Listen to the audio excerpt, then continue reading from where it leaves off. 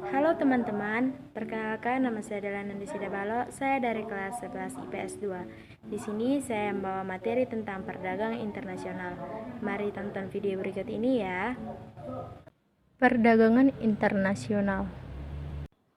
Kita akan membahas pengertian, teori, manfaat, faktor pendorong. Yang pertama kita membahas tentang pengertiannya. Apa itu perdagangan internasional? Perdagangan internasional merupakan sebuah perdagangan yang dilakukan antar negara guna menciptakan siklus dagang secara menyeluruh dan mendunia atau antar negara. Perdagangan ini bisa dilakukan oleh negara-negara yang melakukan kerjasama secara ekonomi bahkan sesama pengusaha antar negara.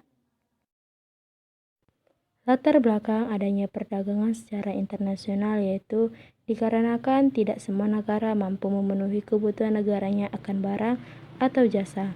Maka dari itu, perdagangan secara internasional ini menjadi penting dan memiliki manfaat antar negara sehingga bisa memenuhi kebutuhan masyarakat masing-masing. Dalam artian yang sebenarnya, antar sesama negara tidak melakukan perdagangan secara internasional. Akan tetapi, warga negaranya yang melakukan siklus dagang internasional, yaitu dengan mengadakan kerjasama, investasi hingga penjualan barang dan jasa. Pelaku dagang internasional adalah warga negara pemilik perusahaan, lembaga pemerintahan, atau suatu organisasi dagang lainnya. Kedua, kita membahas tentang teori. Teori yang mendasari adanya perdagangan internasional ada dua. Yang pertama, teori keunggulan mutlak dan teori keunggulan komparatif. Yang pertama, kita membahas teori keunggulan mutlak.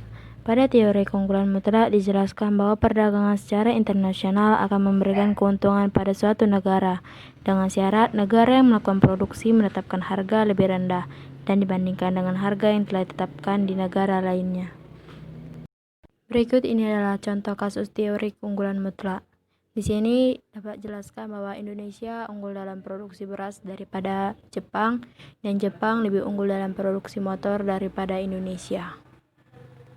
Yang kedua yaitu teori keunggulan komparatif. Adanya teori keunggulan komparatif yaitu suatu negara tidak mempunyai keunggulan secara mutlak pada produksi barang. Pada suatu negara bisa melakukan perdagangan secara internasional, yaitu memilih barang yang paling efektif dan efisien untuk proses produksi. Berikut adalah contoh dari kasus teori keunggulan komparatif. Dari gambar tersebut dapat kita simpulkan